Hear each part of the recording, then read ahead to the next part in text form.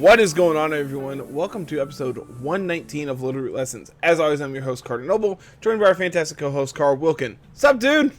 Not a whole lot. I've been very busy with the YouTube stuff while you've been moving this week. I also have been busy, but for very, very different reasons, and I wish that was better circumstances. But, you know, man, it's a couple more weeks. That's it's all been I gotta tell fine. myself. I don't know if you can actually tell from, like, the background and everything, but the set of my office is slowly getting torn apart. Like, all the stuff that was originally in the background is now packed up. Mm-hmm. But, like, not all of it. So, like, Parts my and bits and bookshelf pieces. has packing supplies on it, as well as, like, all my games and stuff, because I need to pack them. Tiff has told me that that is my responsibility to make sure they are packed up and ready. But it's been a good week on the YouTube from what you were telling me. But Yeah. We got to play with Slowbro from, not Milan, from Milan. Was it from Milan? was it from Milan? Yeah. It was. Yes. Yep. We played with a Slowbro team that I built on the fly because Bandfox hadn't released the rental yet. And I was very close. Is it out now? Yes, it is. Okay. I was very close to replicating it. There was a couple things that I had wrong, but overall, like, going from by what I had and figuring out most of the EVs, I was very, very close. Awesome. Yeah, I know. I know you. Like when Slowbro was announced at like Top Cut, you're like, all right, I'm gonna go play this team because it looks hot. Yeah, like I get to make that decision because I'm the laddering guy. Yeah. And you know, that's like one of the perks of like letting you run crazy and do your thing is we get to see things that people weren't ready for. But like also, you know, at the same time, you know, I do play teams that I want to play too. Like the French Shedinja team was a perfect example of that. Yeah. Jeremy Rodriguez's Cali Ice team is another very good example of that. It's just like these teams are obviously very good. They're top cutting regionals and such. Mm-hmm. Obviously, there's a reason they're being played. And yeah, those teams were hot. So Colossal Top Cut Melbourne. Does that mean I get to play Colossal this week on laddering? Who? Colossal. Sam. Never heard of it. I think this is like the second time in a row Sam Pendelis has top cut with Colossal. I don't know if you picked that up, but there was a little bit of audio texture there. I'm in the process of trying these new hard Mountain Dews. Holy cow, we actually got some head on this one, and it is immediately gone. I also have them, but I am spreading them out a little bit more. This is only number 3 in less than an hour, but you know, but still. Please Things are gonna get weird on tonight's podcast. That's all I'm gonna say. So I've been out of the loop for a few weeks now, so I don't really know. I'm glad one of us knows. I'm along for the ride. That's my job for the next week or so. It's just I'm along for the ride. So we're talking all of the top 8s from the last 2 weeks of events because there's been a lot crammed into the last like couple weeks here. We have Milwaukee this coming weekend. Oh my lord! I didn't realize that was so soon. And then I believe NAIC is right after that. Yes. I'm not exactly sure. NAIC is going to be June 24th through the 26th. So yeah, so next weekend is Milwaukee, and then the weekend after that is NAIC. They are like right back to back. Oh, okay. And then this is just gonna kind of be a breakdown of the events over the last 2 weeks because we have looks like 6 of them here to talk about. Technically, there's more, but some of the other ones haven't finished, and they won't finish for another 2 weeks because of the way they are playing their events. Got it. Okay, most of those are in the Southeast Asia region. We will talk about Thailand because Thailand was cool. It did finish and has a really cool team that won. But the others, Singapore and all that, hadn't finished their events. They just have their top cuts right now. Thailand has. Oh, that's not the one I want. It is. There's one I'm really excited for that has multiple alternatives in top cut. It's Japan Nationals. I'm about to say it's Japan because it's Japan. Yes, I am so excited to talk about this when we get to it. I have no idea what this tournament looked like, but I'm so excited to talk about this when we get to it. So, I'm assuming we're doing this chronologically, so we're starting with Bremen? Correct. We are starting with Bremen. So Cool. Bremen. This was over Memorial Day weekend. We had a lot of the Crystal Rain team end up making top cut in this event. And as we go through, you'll see a lot more of it because, hey, it's the next Rinya Sun. So, fill me in because I'm ignorant. Why is it called Crystal Rain? Because someone in an IC did well with it. I believe their user tag was Crystal. Okay. I assumed it was along very much the same lines of Rinya Sun, where someone originally iterated on it, named Crystal, and as a result, like, that was the original iteration. It has since then grown to now be this team. Okay, got it. So I'll go over it more in detail on the history of it on next Sunday's video. But it's a team that Joe UX9 played in like very, very early Series 12. Everybody picked it up, and people have been iterating on it for a very long time. Pengi used a variation of it to win Indy. It's won a couple of other events, including this one in Bremen, as of late. So this is the new Rinya Sun, as I want to call it, because it's just everywhere and it's just winning events, and no one's really adapted a good way to beat it yet. It's kind of just like good matchups across the board most of the time, or at least middle of the road matchups across the board. Got it. Yeah, this team looks very, very sick. I believe this looks like 3 copies in top 8 here in Bremen. Yeah.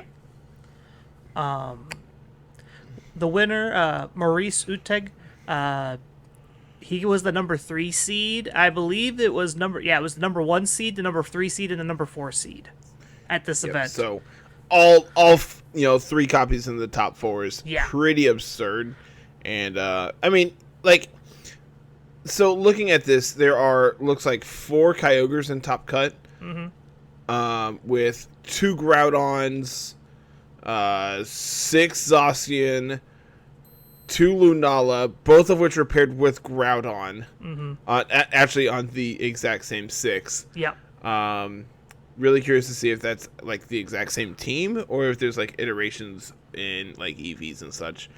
And then there's a Zacian Cali Shadow and a Zacian plus Yveltal, with the other 4 also being the exact same. Yeah. So really interesting when you look at this top 8. It's just like kind of a lot of like what you would expect. Like obviously Zacian being highly represented, Ensign on all 8 top 8 teams, a bunch of Kyogre, some sprinklings of Groudon, and then like it's weird to see Lunala more popular than like Cali Shadow and Yveltal, but like I also think this is just like fine with where the format is heading. Yeah. I think 2, maybe 3 weeks ago I played Karibo's version of Lunaludon, and that team felt really sick. It felt really good in the format at the time, and I think in the way that the format had developed, it was going to be a very good powerhouse team. So being able to have 2 in the top 8 here with the same 6 is really, really interesting. Yeah. And Lunaludon will get its chance to be in the spotlight here when we get to Vancouver. But overall, Lunala's been ticking up because it just pairs really well with the Sun matchup. You get access to Wide Guard to help beat Kyogre. You get to freely play both Zard and Venusaur without doubling up on a bunch of weaknesses with your other restricteds. Yep. So overall, the team it's like a variation on Austin's version of the Sun team where you're playing Cali Shadow and I think Grimmsnarl instead of this Lunala and P2. So it kind of just comes down to your playstyle. If you like to play the bulkier, slower game plan, this P2 Lunala version is probably more your speed, whereas the Cali Shadow Groudon is much more push the go button all the time and attack.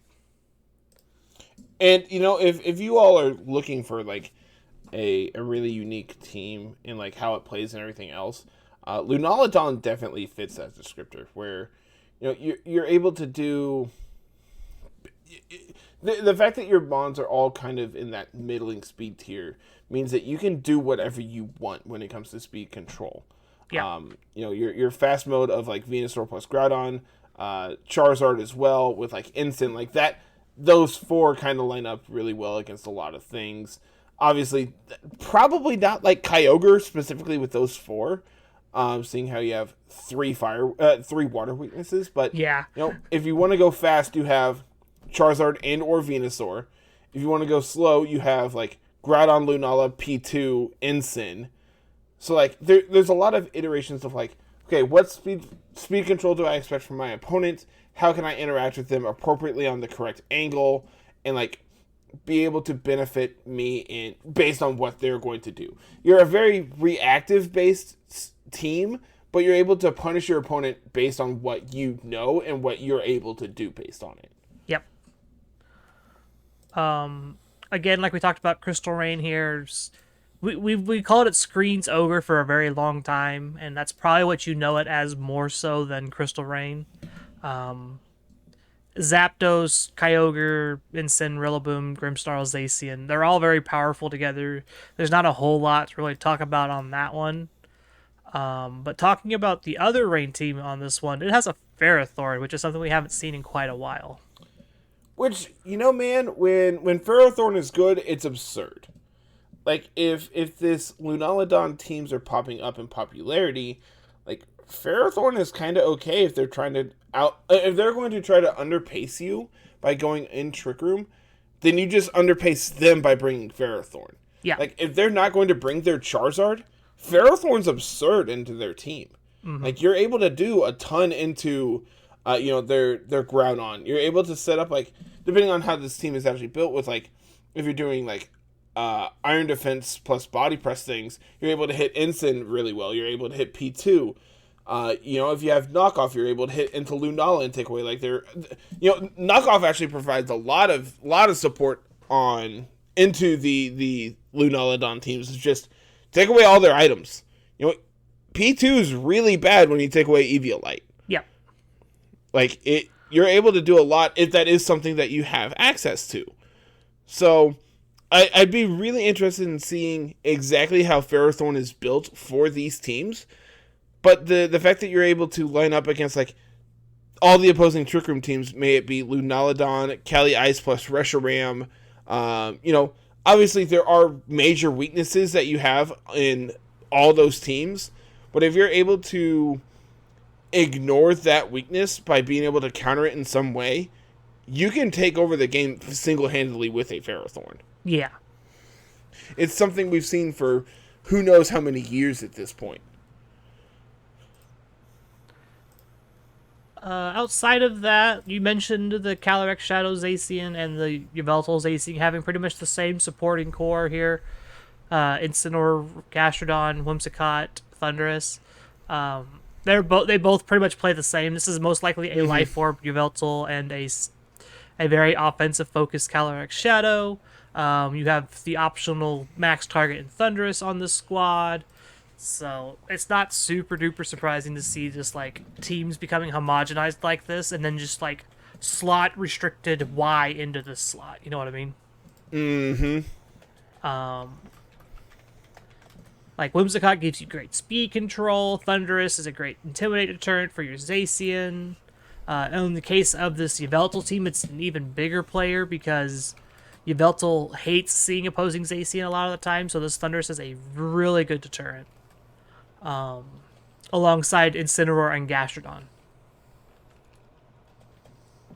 That Yeah, I actually really like both of these teams. I think both of them are set up in such a way that, like, it doesn't really matter which version you have, may it be Yveltal or Calyrex, both of which can just single-handedly take over a game by themselves if your opponent is not prepared for them. yeah. And with, Lunala popping up in popularity here, it looks like, I honestly think Cali Shadow is pretty okay. I mean, both of them line up very well against both. Like, regardless of which one you pick between Cali Shadow and Yveltal, both of which line up very exceptionally well against, your opposing Lunala. But Yveltal is able to provide a fast speed control form against like opposing Charizards and Venusaurs, whereas Cali Shadow is just naturally fast, and you're able to pressure them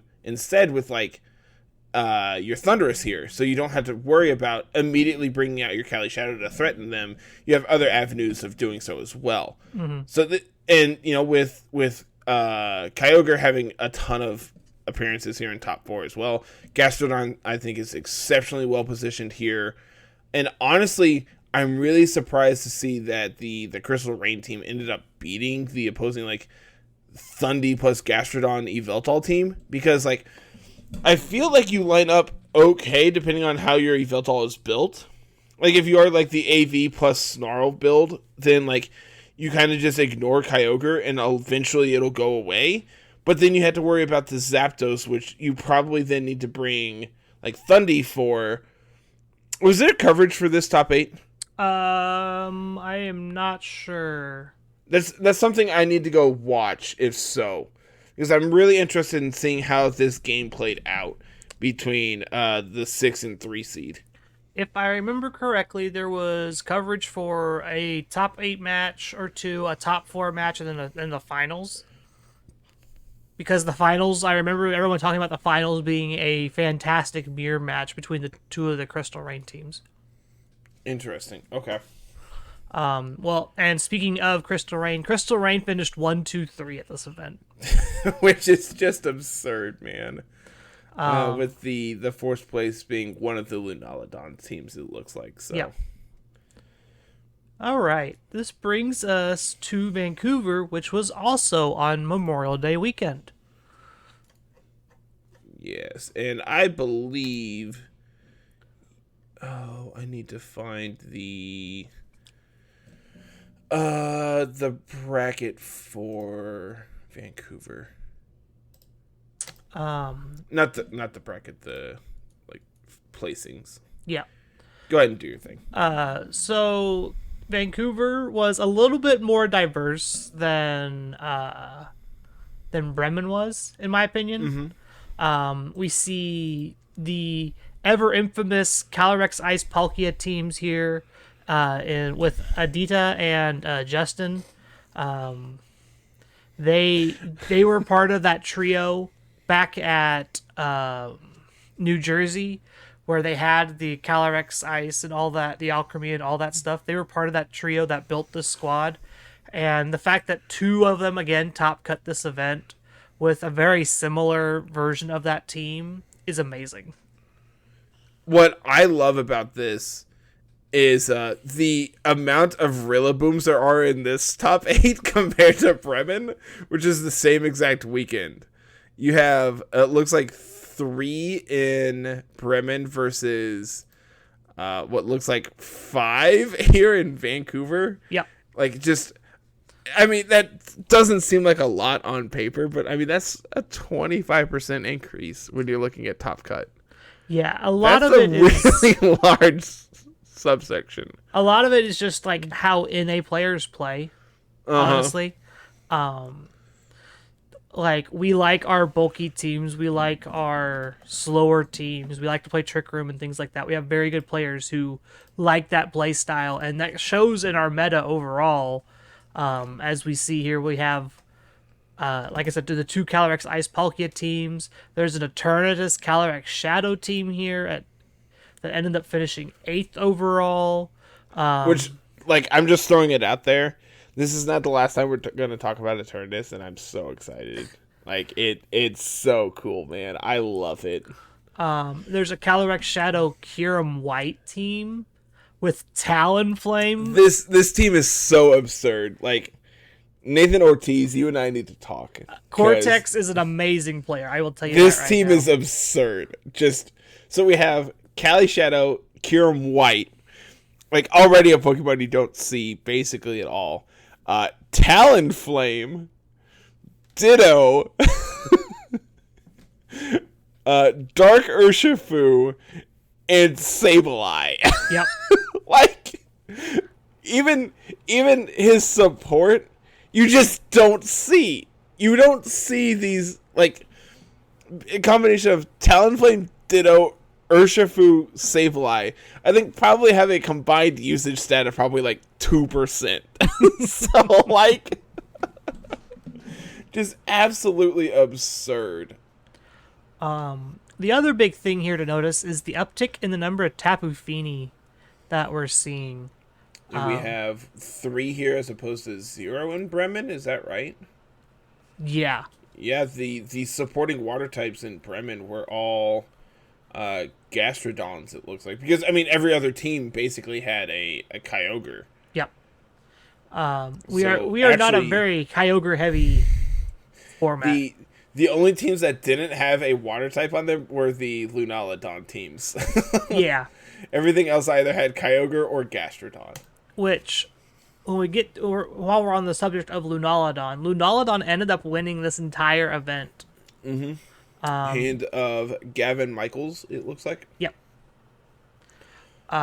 So Isabel, our 1 seed coming out of Vancouver, part of the ATX crew and all that, was great to see them make a strong run at this event. I believe they might have had a team sheet error. Oh no. I think. Dude, it feels so bad anytime you hear about that. And there was coverage for this event, right? Yes, there was. Okay. Again, I've my life this last couple of weeks have been an absolute disaster, so I've not got a chance to watch anything. And Izzy's team and John Mark, their teams are very similar. The only thing difference is there's an Amoonguss on Izzy's team, and John Mark has a Zapdos.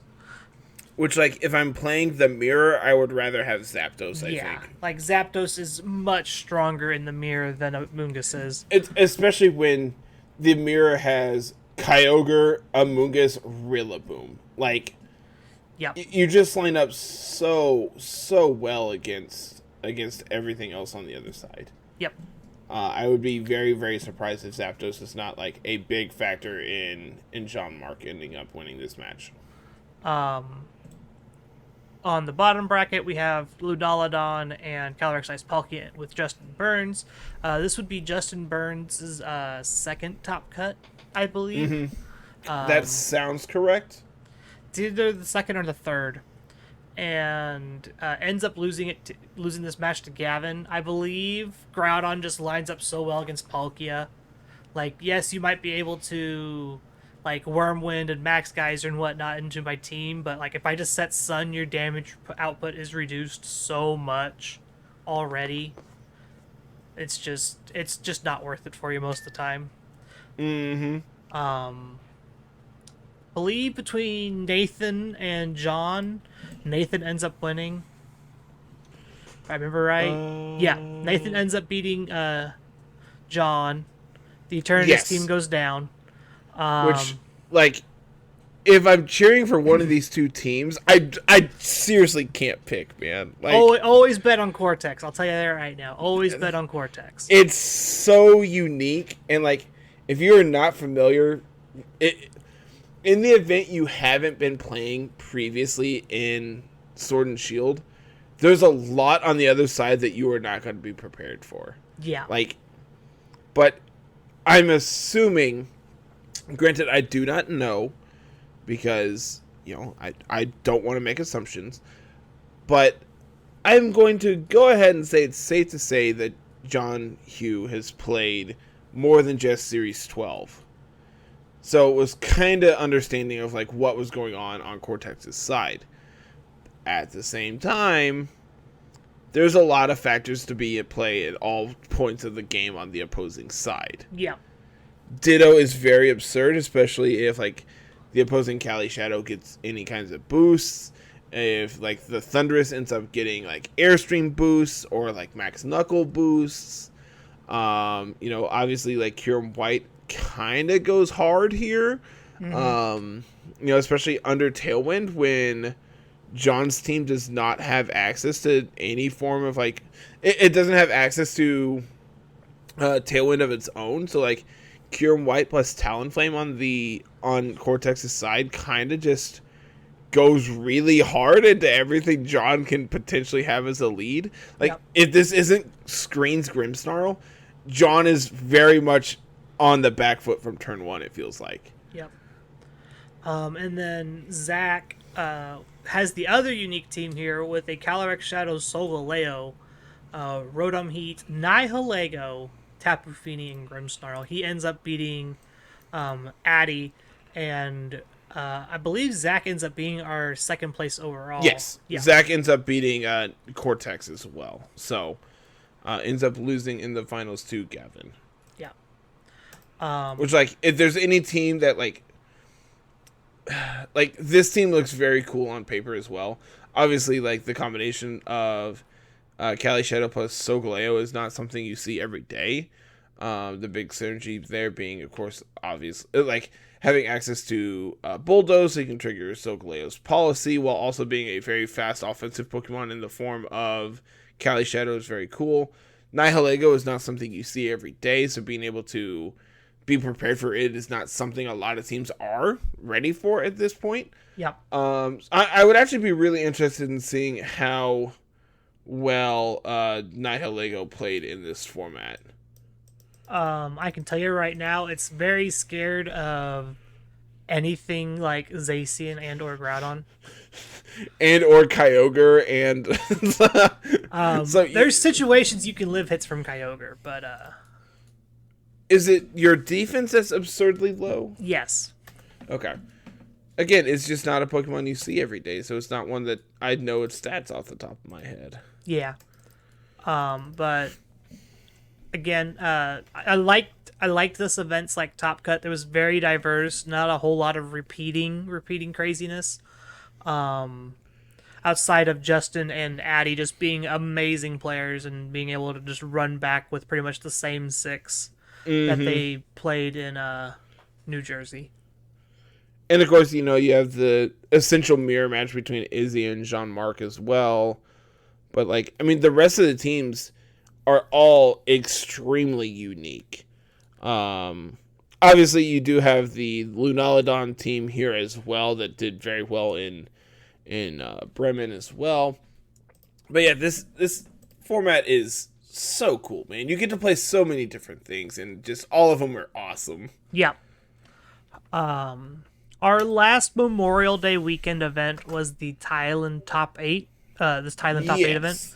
Yes. So, for those that may not be aware, places over in Southeast Asia have their own separate events for Pokemon because they are not in the greater scope of the Play Pokemon area. And I believe it was like Thailand, Singapore, Korea, and I'm not sure exactly all these little countries. They all have their own championships that they play to get worlds invites and whatnot going on. And so this was a cool event. I don't think there's any coverage for this one either, but I don't believe so. Again, like, you're the expert, you know things way more than I do.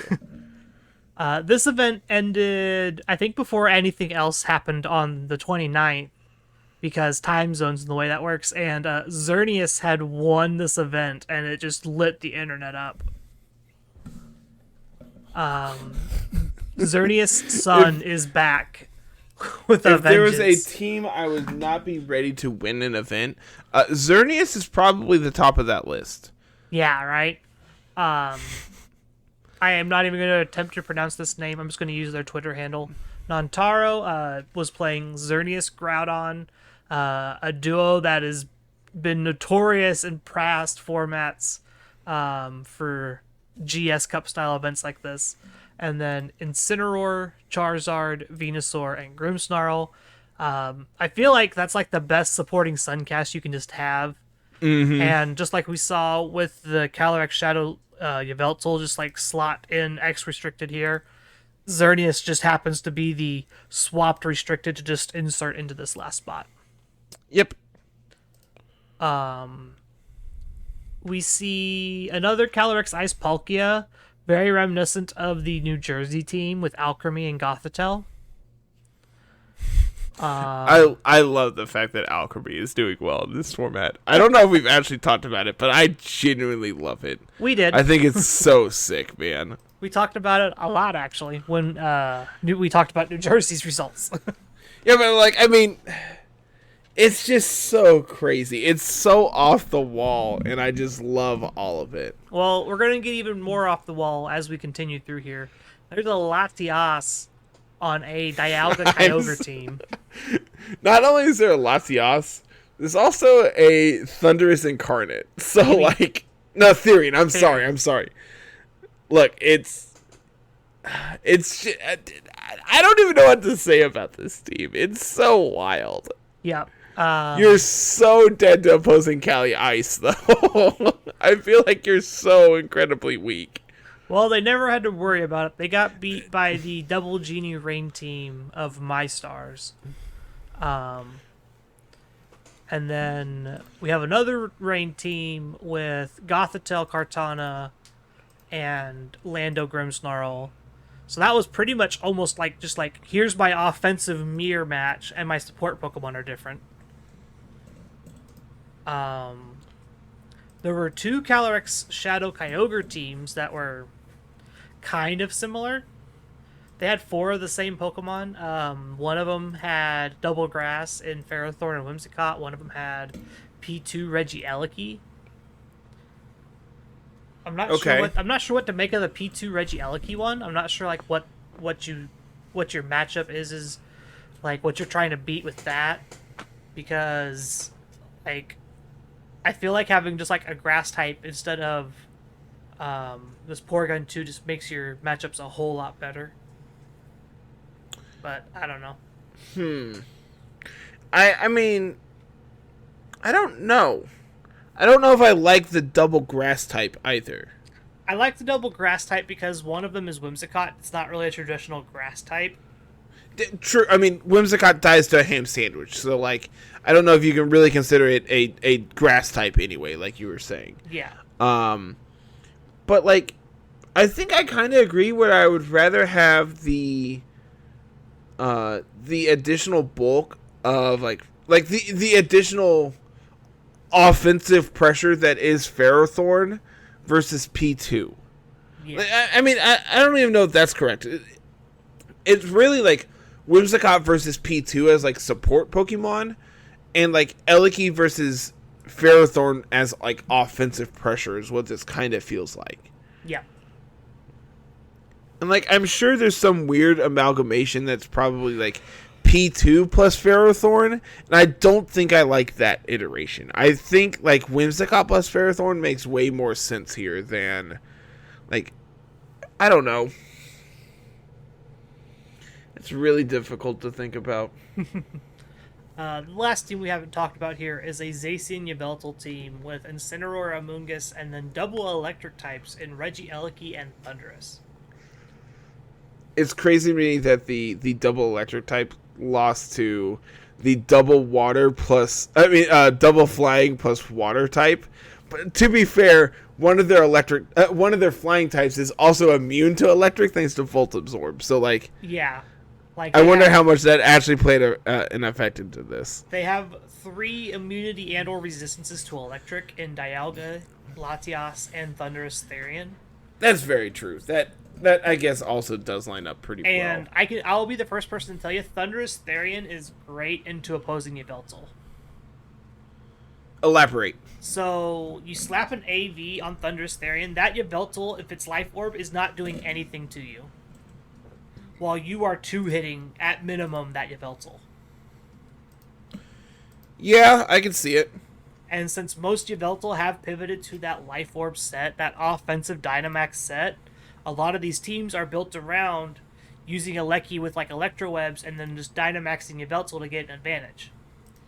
It doesn't work against the team with Tailwind and Thunderous Therian because you just overpower them on the crackback because you would just take all the damage anyway. Yeah, that makes sense. I understand that. I like that. And then, on that same vein, you can't Dynamax Thunderous in this matchup either because that Dialga is just going to Dynamax and blow you up with a Hailstorm. Yeah. Okay. Alright, you sold me. Like, as the person who plays Yveltal, I understand why they couldn't beat the Dialga Kyogre team. Yeah, it's kind of upsetting, but yeah, whatever. But anywho, Thundy is very good. Yeah, that is not the least of us. The last thing for us to say about it. So.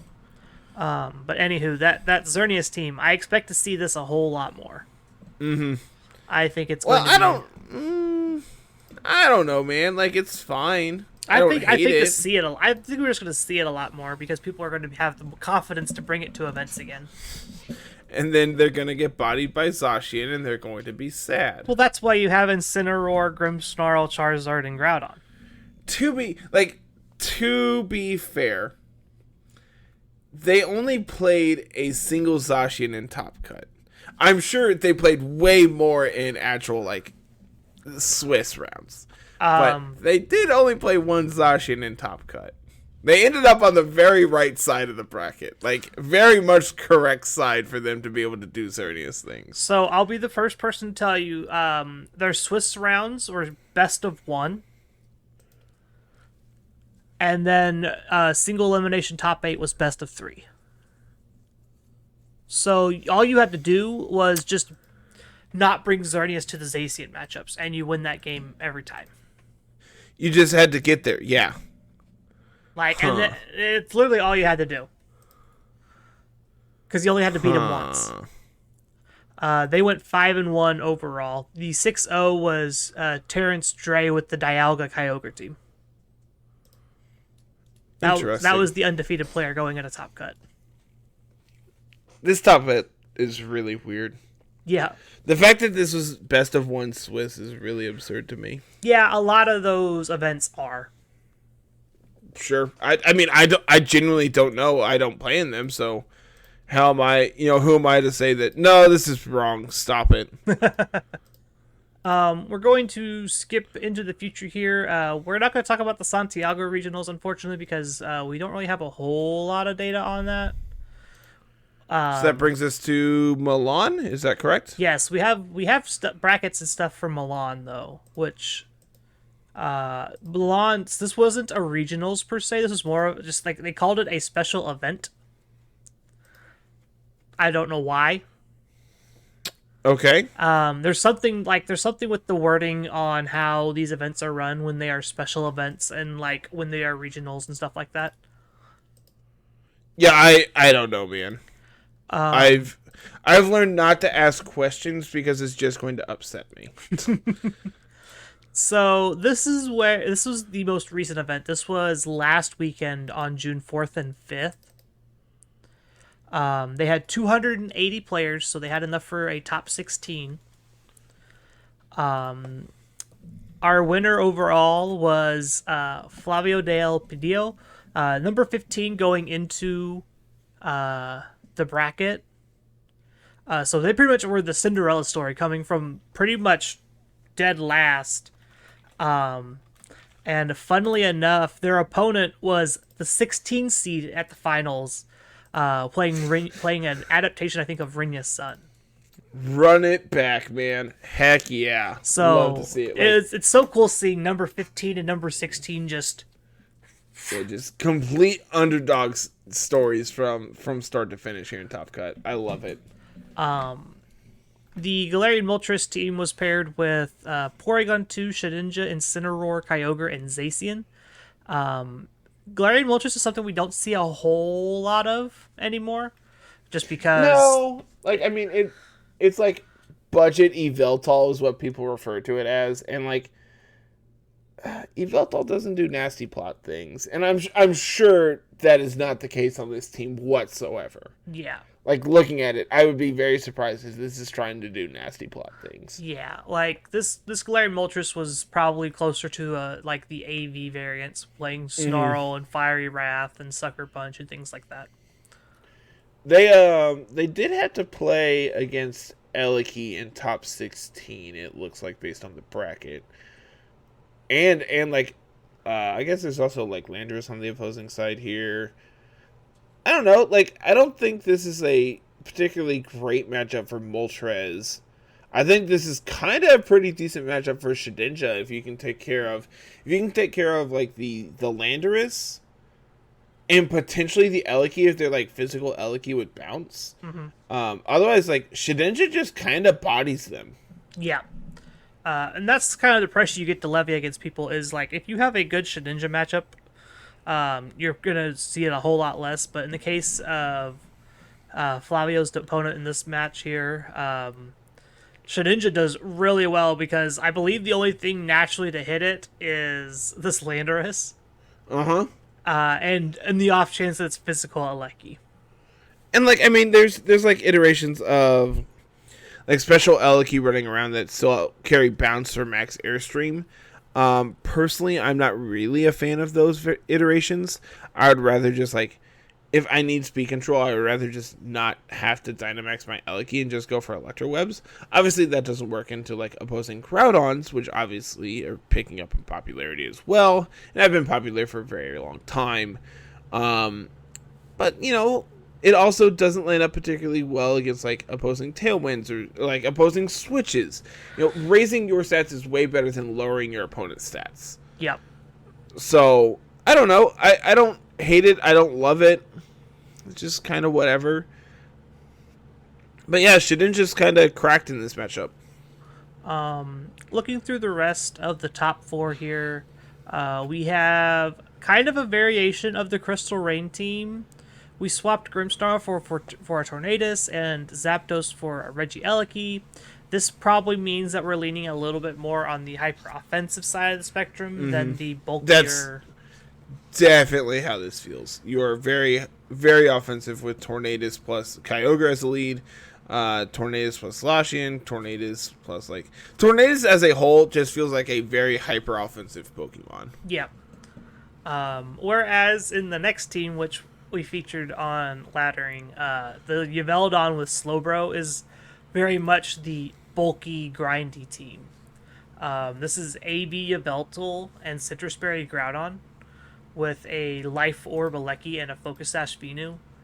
And then the Slowbro is my favorite part of this, and it unfortunately is the hardest thing to use because Slowbro has a very specific job, and that's to sit in front of things like Zacian and Incineroar. You set up iron defenses, slack off to keep healthy, and then just body press them into submission. That's all you're supposed to do. You can bring when it works, it's insane. Yep, when you can do your thing with it, it's fantastic. When you can't do your thing with it, you just leave it at home.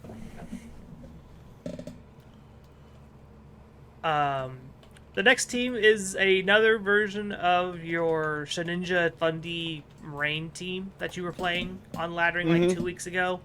Not in the hands of a French player for the first time, I feel like, in a very long time. Love it. And then we have 2 copies of Lunaludon, one of them being Thundy Umbreon, the other one being P2 Charizard with Venusaur, Incineroar, Groudon, and Lunala. And then a repeat pretty much here on this one of Calyrex Shadow Zacian in 8th and 9th, where the only difference is Incineroar for Indeedee. Literally just swapping your support Pokemon from, you know, the best support Pokemon of all time to Indeedee. Which like, kind of makes sense. Like, having your additional support for Cali Shadow makes sense. You don't particularly like being hit by opposing fake outs, which there's a ton of. So, you know, that's what I was going to say. Having second terrain is good. If you wanted to stop Incineroar from being a problem, you play Indeedee, right? That's how Yep. you stop Incineroar. You go from playing the Pokemon that everyone's playing so you can play the mirror into I'm just gonna play the thing that stops everything it's trying to do and play it instead and play Indeedee. So it's cool just seeing how little variations between players can make the difference between top 8 and top 16. Scrolling through the rest of this top 16, there's not a whole lot crazy going on. The player that finished 14th was playing Calyrex Ice Reshiram, which I believe this is the standardized version with Incineroar, Amoonguss, Gastrodon, and Mimikyu. You'd be the expert on that because I haven't played with it a lot.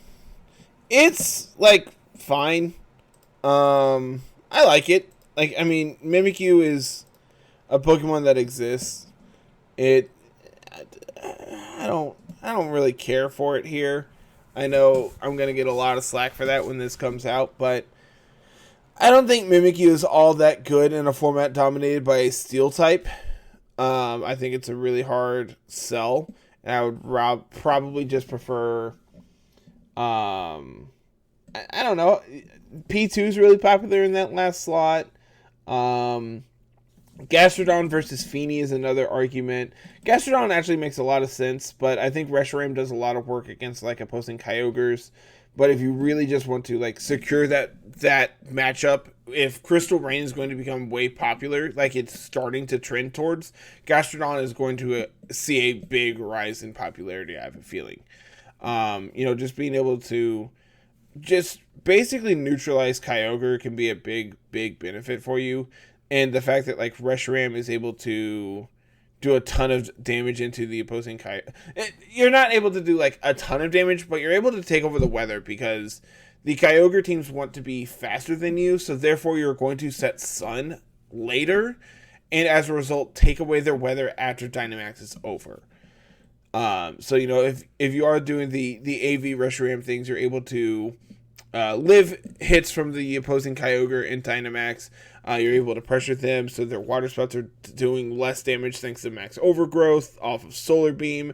And then on the last turn of Dynamax, you can set Sun, which will then let you Solar Beam for free, essentially.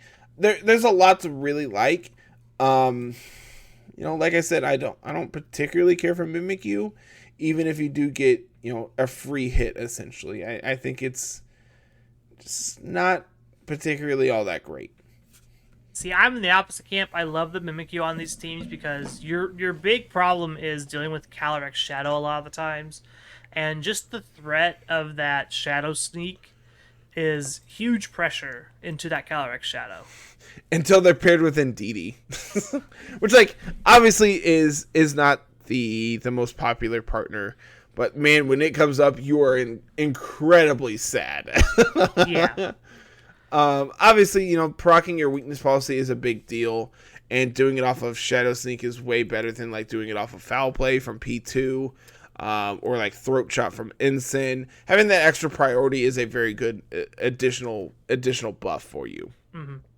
But I don't know, man. I think it's kind of a hard sell when your format is dominated by a Steel type, a Dark type, a Ghost type in Cali Shadow, a Dark type in Yveltal. Like, there's just a lot really pressuring you as a Ghost type in this format, I feel like. Well, you're forgetting the part where Mimikyu is also a Fairy type, so you don't have to worry about that Dark type at all. You are true. You are true.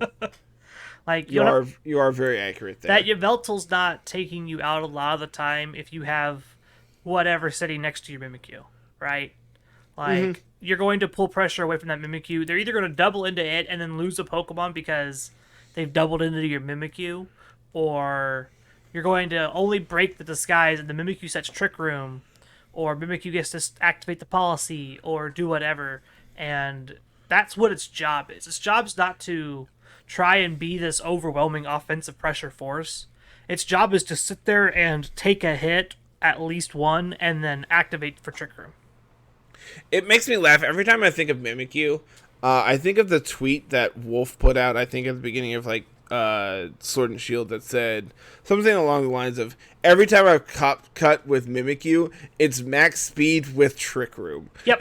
Just, that's all I think about every time I think of Mimikyu. It's just like, man, this thing was really good last generation when you got Focus Sash plus Disguise plus Swords Dance, and just like, especially next to like your Snorlax where you can just put on a ton of pressure. It did a lot. Yeah.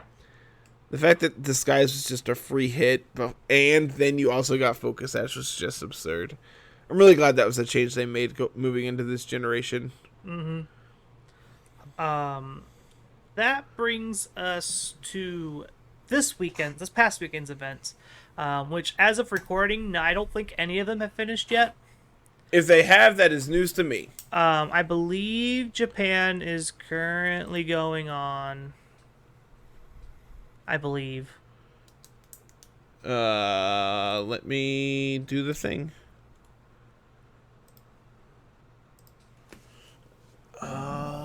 Where was that posted?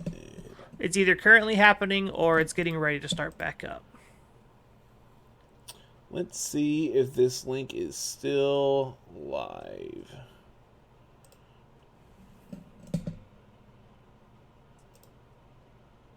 Okay, that's to the stream yesterday. They are currently live, yes. Okay. So we don't know the winner of that event yet. Man, I wish I could read Japanese. That one says go, so I'm going to say that one's go. Yeah. Is there a go event? Yes, there is. Is there a Metagross in Top Cut? There is. What? Okay, well, they're currently talking about the team on stream. Oh, cool. I don't know exactly what's going on, but they're talking about it. I also have it muted, so like, even if I had it unmuted, I still would. I don't think you're gonna know what they were talking about anyway, so it's fine. Japanese is extremely different than English. Last time I checked. Yes. So we'll kind of highlight a few of these teams here. Where is this Metagross? It is the number 17 seed with Calyrex Ice, Groudon, Metagross, Venusaur, P2, and Regieleki. Okay, so it threw me off when you said 17 seed, because obviously this is top 16 that we're looking at. I didn't realize it cut to top 32. So yes. I was very, very confused for half a second. Yes, top 32. Like, Carl, I've had too many adult apple juices tonight for you to be throwing things out like this. You can't expect me to read. Yeah, I can. And so they're playing against a variation of Crystal Rain, which I think is probably subpar compared to the normal versions. Based on the information I am parsing, I believe the Metagross team has won because the Kyogre Cortana team that is the 25th seed, they're currently talking about on stream. Okay, so yeah, so that makes sense. I'm not sure if that's what they're talking about, is like that specific matchup, and that's what's going on, because again, I don't actually have the audio going on. I just have like, the screen is literally showing me, hey, here's the 6 Pokemon you all are currently talking about. So I'm assuming that's what they're talking about, is the matchup here, but I could be wrong. I would assume that's what's going on. But it also says this stream started 23 minutes ago, so it might be them just moving to the next matchup too. Maybe. Who knows? I don't know, man. We'll find out later. It's not our job to track all that stuff. That's Evan's job. That's what he gets paid to They're talking about the next team. They're talking about the 9th seed. So I'm assuming they're just going in order here. Probably. Never mind. I don't know what I'm talking about. Ignore me. So the Metagross team is something I wanted to touch on, because Metagross is something that is falling out of the format for a while, just because Solgaleo does it better. And like, not only that, but like, Solgaleo's also just kind of better in like every way. I mean, like, you're only gaining stats when you're going from Metagross to Solgaleo, right? The downside is you're also costing a restricted slot. In this format, that's fine because you have 2. The other argument there is you're really weak to Groudon and Charizard and, just like all these other fire types that are running around. I mean, you're weak to everything Solgaleo's weak to. You don't line up particularly great against Zacian. But, honestly, playing it here on this Trick Room-esque team with Cali Ice and, like, P2, as well as, like, your fast build of Groudon plus Venusaur, kind of makes a lot of sense. Obviously, you really need to watch out for, like, Sun-boosted Flare Blitz from opposing Incense into your Metagross, but, like, barring that, you kind of do it all. Like, you get to punch things exceptionally hard. Yeah. And, like, Steel Spike is obviously very good as well, getting to add that extra boost to, like, your Cali Ice or your Groudon, or even your P2. Like, being able to give a stab, like, dealing stab damage to, like, an opposing Zacian for neutral damage, while also boosting your defenses for that hit that's coming back from the Zacian is really, really good. This is not something that is new information. This is not something that I need to really preach to you all. Defense boost good, taking less damage also good. Like, yes, obviously. Moving away from the Metagross team, looking for other unique stuff. Can we talk about the Eternatus? Yeah, like we could talk about these Eternatus teams here. We'll start with the number 18 here. Yes, I love. This is my current front runner for favorite team that we're talking about tonight. This team is so absurd, and I love it. So Calyrex Ice and Eternatus with Incineroar, Charizard. I'm assuming Sunny Day Whimsicott and Regieleki. If this isn't Sunny Day Whimsicott, I am upset. If this isn't has to be, right? If it's not Sunny Day Fake Tears Tailwind Whimsicott, I am upset. That would make the most sense, right? It's just that combination with the Pokemon that you have available to you, you just deal so much damage so quickly. Yeah. Like, oh man, if this team doesn't come out of top 16, I'd be very surprised. Like, looking at the matchup it's playing against, Cali Ice plus Palkia here, if Eternatus doesn't just slap around this Palkia, I'd be very surprised. Yeah. I think it's going to come down to if the Trick Room team gets Trick Room up, it can cause problems for the Eternatus team because they definitely are not the slow mode version with Calyrex Ice. I am all speed with probably a fairly fast Calyrex Ice. I mean, like, their best mode of setting up Trick Room is probably, like, Dusclops plus Cali Ice, which obviously is very good because then in the event you do get Trick Room up, you're able to immediately Dynamax, get that Shadow Sneak off, trigger your policy, punch away.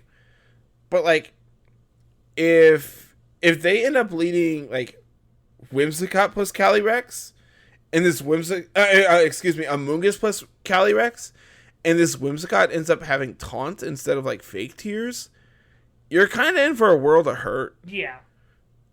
Or, like, you lead your Calyrex and just reverse Trick Room. Like, there's a lot of really, really cool pieces of tech on this team that there's not been a team I've been excited this for since probably, like, Jeremy Rodriguez's team. This team is so cool, man. I can't speak highly enough about this team. Moving down to another unique team here, we have Yveltal and Kyogre. That's a pairing you almost never see. I was really expecting you to immediately jump to the other Eternatus. No, we're saving that one. We're saving that one for a little bit later, because there's more to talk about that than just the Eternatus. We'll get to that. Like you were saying, Yveltal plus Kyogre is not a very common pairing because both of your Pokemon are exceptionally weak to electric types, and with Eleki plus Zapdos both and Thundurus being extremely popular, like, that's not something you want to line up particularly well against.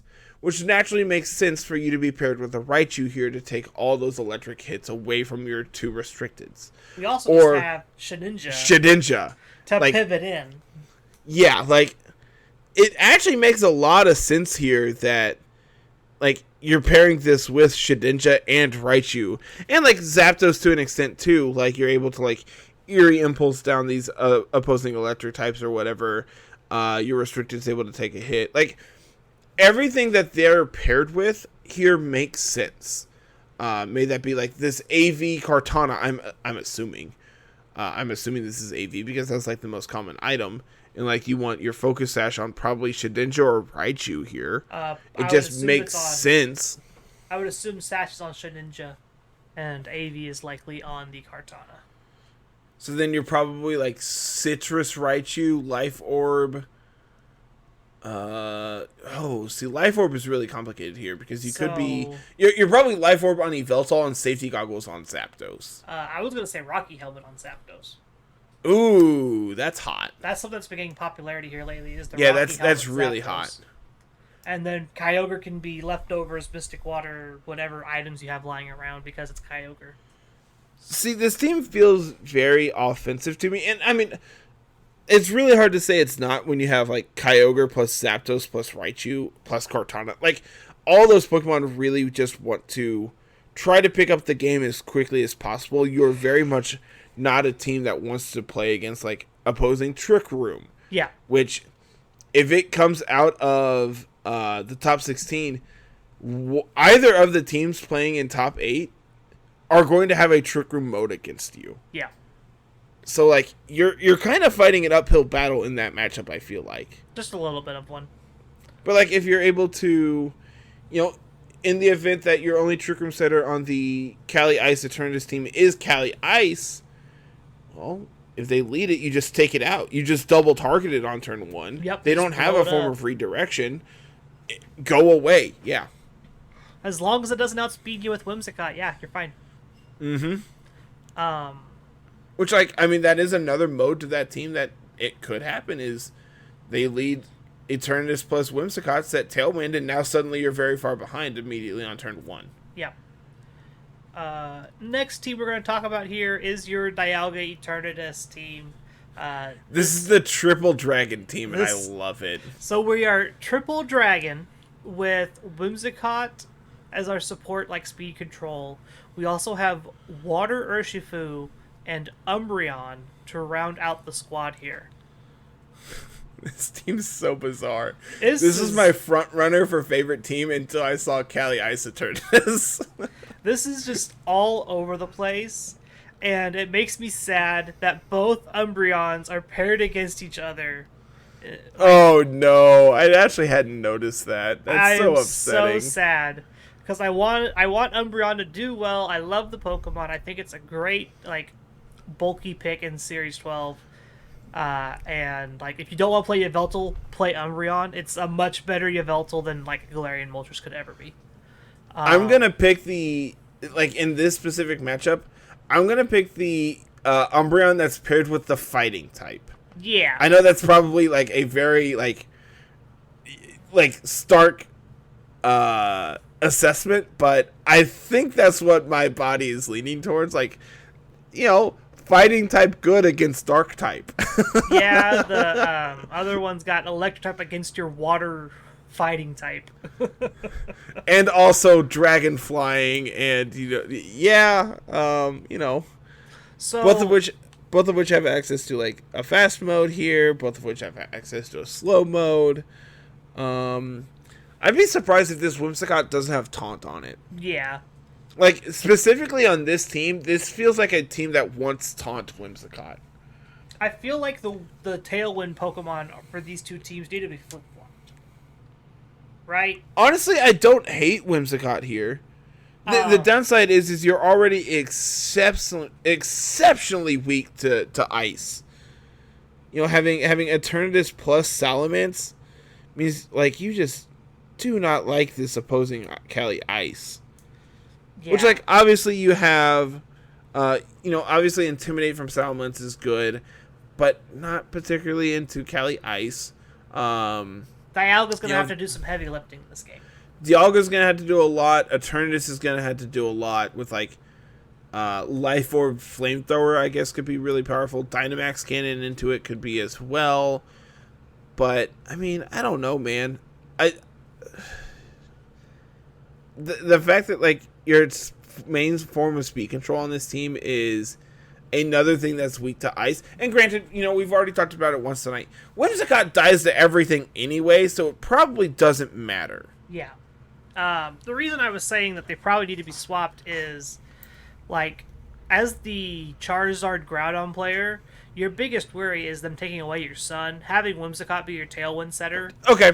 Gives that's you actually access. a really, really fair assessment. On the flip side of that, the Dialga team does not like having Groudon and Charizard with Sun, so having Tornadus with Rain Dance to boost your Water Urshifu is just a bonus, and so you could take the weather away. So that's why I made the comment of them swapping. They just feel like they need to be swapped.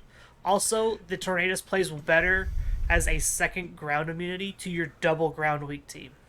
That's very true as well, which is not something I had actually assessed. This matchup feels really difficult for the Eternatus player. The more I look at this, like, you know, I commented on the fact that I like the Urshifu into the opposing Umbreon, but like when you look at the 6v6, this feels really hard for Eternatus. I think it looks just so bad. This is probably one of the best games to watch on camera by far. Just because there's so many weird tools going back and forth. Are they doing all 8 matches here in top 8? I don't know. Or in top 16? I have no clue. I guess I'm going to put it on and fall asleep to it tonight and catch up in the morning. Well, I'll probably wake up about time for finals to actually start. The live stream is talking about the next team we wanted to talk about, and probably the last one we're going to talk about from this Japan Nationals. It is playing... Is it the Golisopod team? It is the Golisopod team. So, we are playing Kyogre Groudon with Incineroar, Indeedee Female, Tornadus, and Golisopod. Golisopod gets first impression, right? Is that like its signature attack? It was its signature attack back in Gen 7, yes. Until... I believe they gave it to a lot more Pokemon in Gen 8. I think you're right. I know, but it's increased priority, right? Yes. Which is kind of a non-bow with your Indeedee? Yeah, a little bit. Which, like, Indeedee is also kind of a non-bow with your fake-out Mon here of Ensign, and your prankster Mon here in Thundurus? Yeah. Excuse me, Tornadus? Yep. Like, does Indeedee just stick out to you like a sore thumb here, or is it just me? It does a little bit, but Indeedee also pairs really well with both of your weather setters. And it's also weird to you that we're not abusing either of our weather setters besides them, essentially? Golisopod gets to do boosted Max Geyser things. Until it, gets hit one time and then it's sad. Well, not when it's Dynamax, it's not. Golisopod is surprisingly still very bulky. How high is its attack stat? Very. Is it like 150, or am I just making numbers up? I don't think it's 150, but it is high. It's one something, right? Yeah. 125. Good lord, its defense is 140? Yep, and its special defense is Why? 90. Why? Bulky, boy. I told you, this thing is bulkier than you're giving it credit for. This also has a base speed of 40, so, like, I don't know why we're really trying to argue that Golisopod is good. The trick here is you follow me with Indeedee and use Dynamax Golisopod to just sweep through people. Yeah, the downside is like you're still really weak to Intimidate, which in this opposing matchup they do have Landorus. I don't know. I think it's actually a really interesting matchup, all things considered. Like both Kyogre and Groudon kind of beat up both of your steel types here. Yeah. Like neither of them want to take a rain boosted water spout, and neither of them want to take a Precipice Blades. So.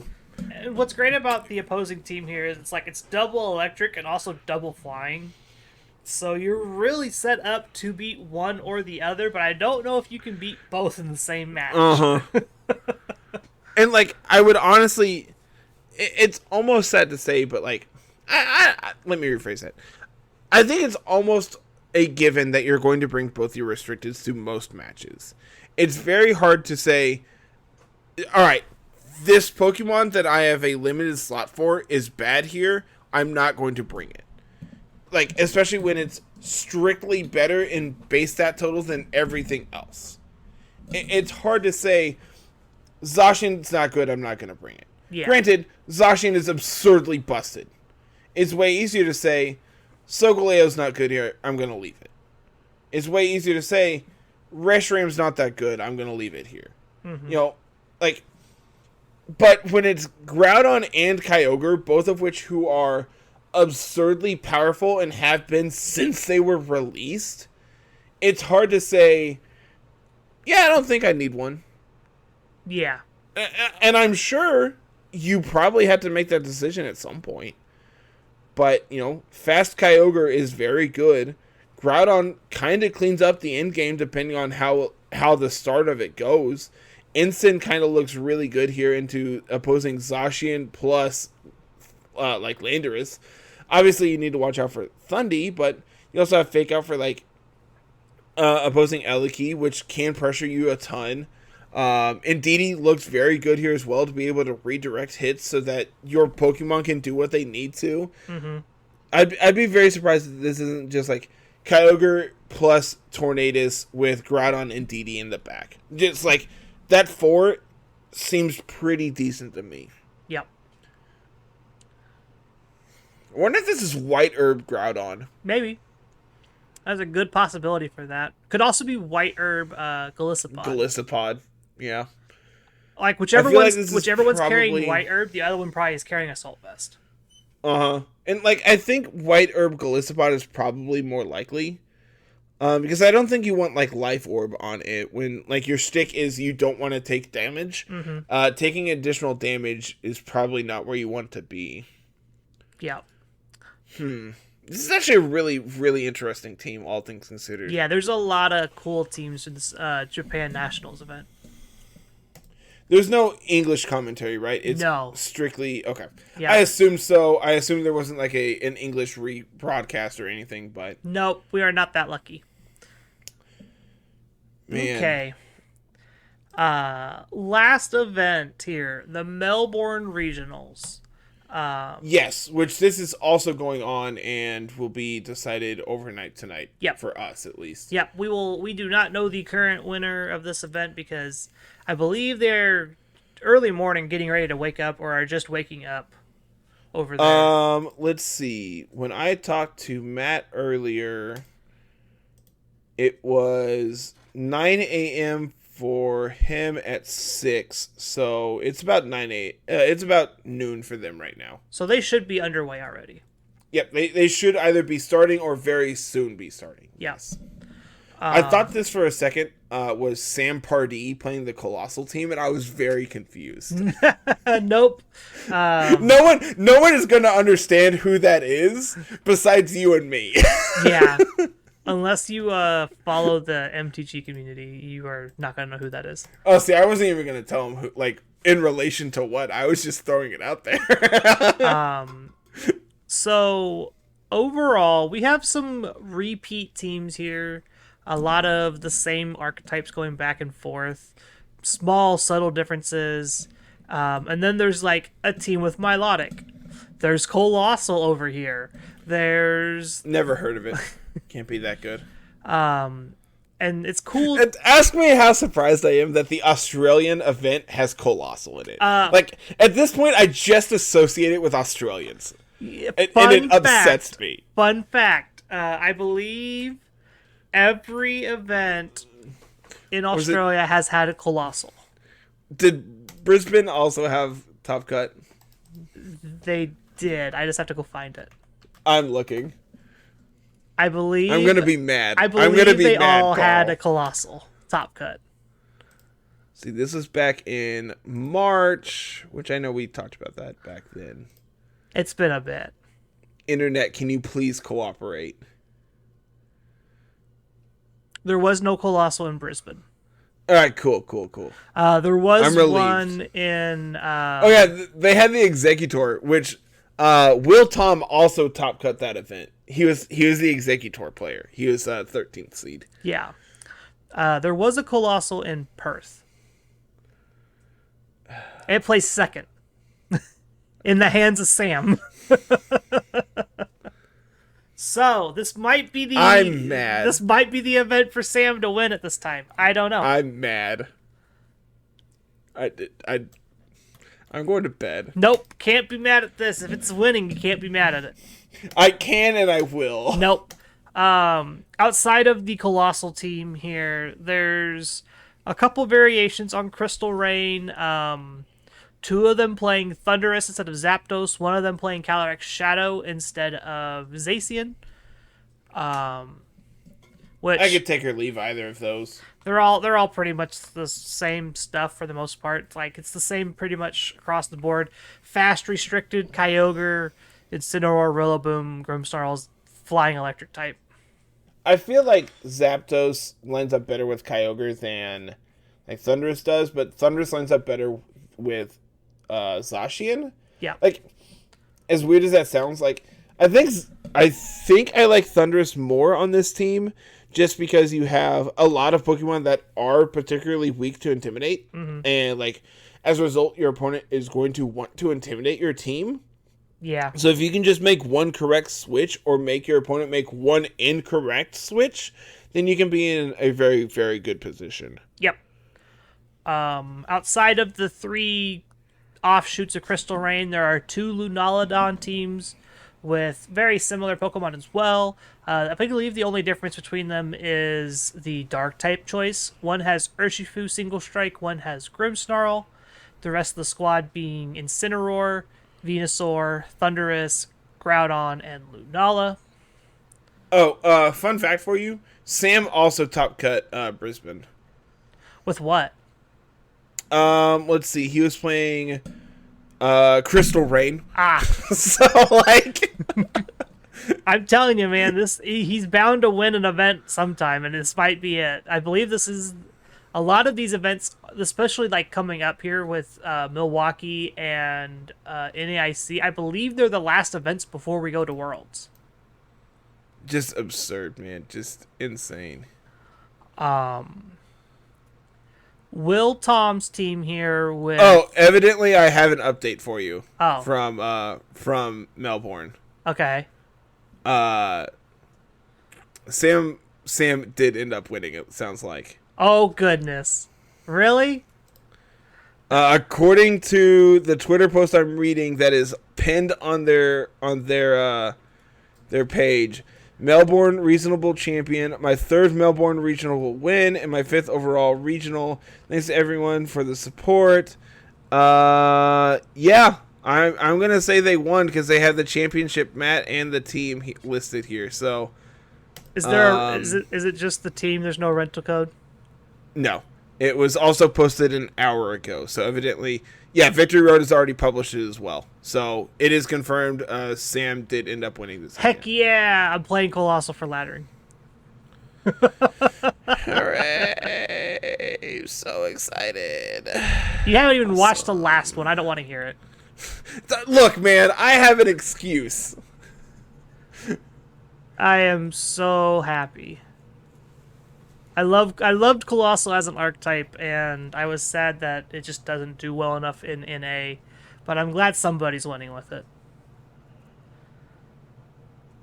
Yeah, I give Colossal a lot of crap, mainly because I don't like it as a Pokemon, and it's probably well deserved. But you know, when it does well, it does well. Like those who are experienced with the Mon are way better positioned than everyone else. So it's hilarious here because the next team I want to talk about ended up placing second. Oh, I actually should probably pull up the Victory Road post. And it's hilarious because the other team I want to talk about from all this is this Calyrex Shadow Zacian Melodic team. like you want to Interesting. you want to turn off Intimidate. This is how you do it. You have Thunderous and Milotic on the same squad. You have double Fake Out. Like, outside of really strong speed control, this team is almost... I feel like this team is just, like, bound to beat the format a lot of the times. Hold on. I just looked up the top 16 from Melbourne. I need you to go look at 16th place, please. That is a Turtonator and a Trevenant. And a Trevenant! I mean, this is the Turtonator guy, so I'm not surprised. Oh my god, this is sick. I love it. There's also a Landorus Incarnate down here in 13th. There's a Zygarde. Oh, this is hot. Australia just be doing it different, man. I love the Zygarde team. This is absurd. I love it. I love everything the Zygarde team is doing. There's a Kyurem Black. Goodness. There is some wild stuff going on here. There is a Calyrex Ice Yveltal team. There's a Kyurem Black with no form of, like, anti-intimidate. Maybe they're special. I mean, they're playing Whimsicott and Indeedee. Like, there's a non-zero chance that this is special, and they're just fake tearsing people to death. Very good possibility. Oh my gosh, I love this. This is amazing. Australia is just... their meta is so different than everything else, man. Yep. I mean, not like, but like also not really, because you know there's still just like Lunaludon and Crystal and like Crystal Rain and just like everything that's obviously been proven over the last several months is still good here. But these events where just random things top cut is always just so awesome to me. I think that just comes with like online events.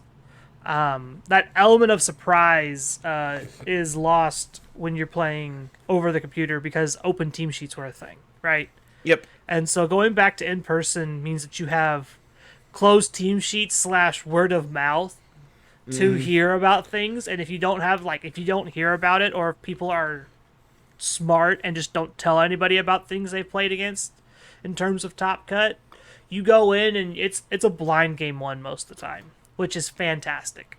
Which is how you get things like this, where you see a melodic top cut, Colossal team winning the event, and things like that.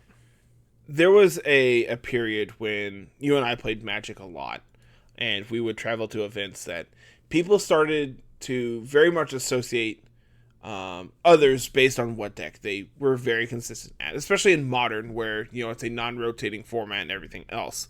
And so it was always really awesome that you and I could never really be pinned down to playing a specific deck because between the two of us, we could basically play whatever we wanted any given weekend. Yeah. And it like, I remember there was one event I top cut with Hardened Scales. The next day I played Amulet Titan. And like, I walked into the event and people started like, oh yeah, he was playing this Hardened Scales deck yesterday. Be prepared for it. And I'm just like, you got it. Be prepared for that. It'll be great. And then, you know, I cast Primeval Titan on turn 3, and they're like, this is not at all what I was prepared for. Yep. It's the power of knowing people and having access to a bunch of cards. The word of mouth conversations are always just, like, so absurd. And, I mean, Angelo was talking about it when we had him on. He's like, you know, hey, what was the Max Darkness move on Joe's Yveltal? I don't know. I never got that far. Yeah.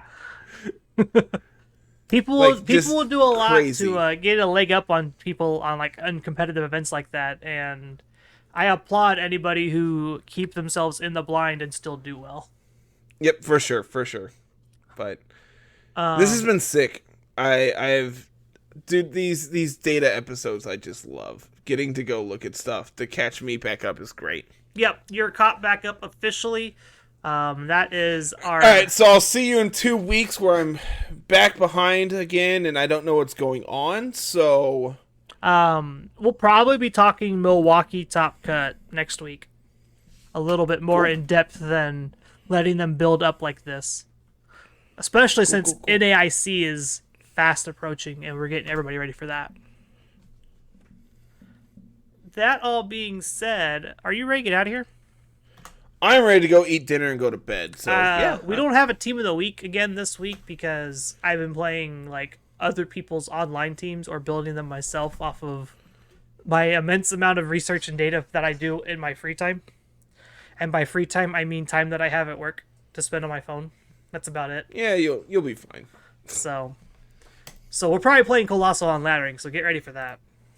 Hooray! So excited. I am very excited. There is an event Sableye and event Grimmsnarl that are currently out.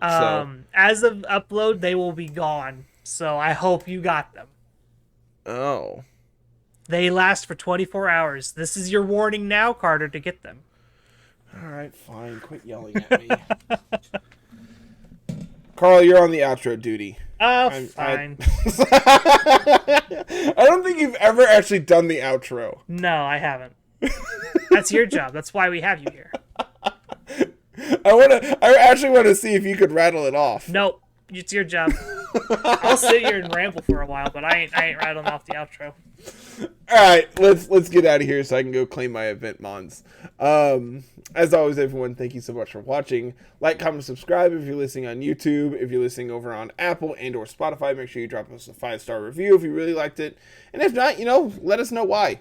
Obviously, the feedback is always very critical and really does help us go to improve the show. You can always follow us over on Twitter at LR Lessons, myself at Mr. Missouri25, Carl's at Musical VGC. You can also follow us over on Twitch at Mr. Missouri25 and at Musical. You can also check us out on YouTube. Obviously all the videos we upload are on there. Carl kind of was streaming there on YouTube for a minute as well. Hopefully once I get set up in the new house and everything, I'll be streaming way more consistently as well. Really, really hope your internet doesn't just kill you all the time. Yeah, look, man, I can't control what is out of my hands. Yep. But we'll figure all that out when it happens. Check out the website at lrlessons.com. You can always check out the merch page there as well. If you want to support us more than just that, you can always go over to the Anchor site as well. And for as little as 20 or 25 cents an episode, you can support us. And, obviously we have our ads and everything. Make sure you don't skip through those and help us listen with all that. Check out the community Discord where you can submit your teams for us to play for Team of the Week and hang out with us and play in our events that we have going on as well. I think that's everything. So yeah, they think that's about it. We've got an LRQ this weekend. Yes. I genuinely have no idea. I need to go check the website. Because you can do that too. The website has the calendar of events. So, another thing for you to do. And with that being said, I think it's time for me to go eat dinner. I already did that. I ain't got to worry about that anymore. All right, everyone. Thank you so much for watching. And until then, we will see you next week. Have a good one. Peace.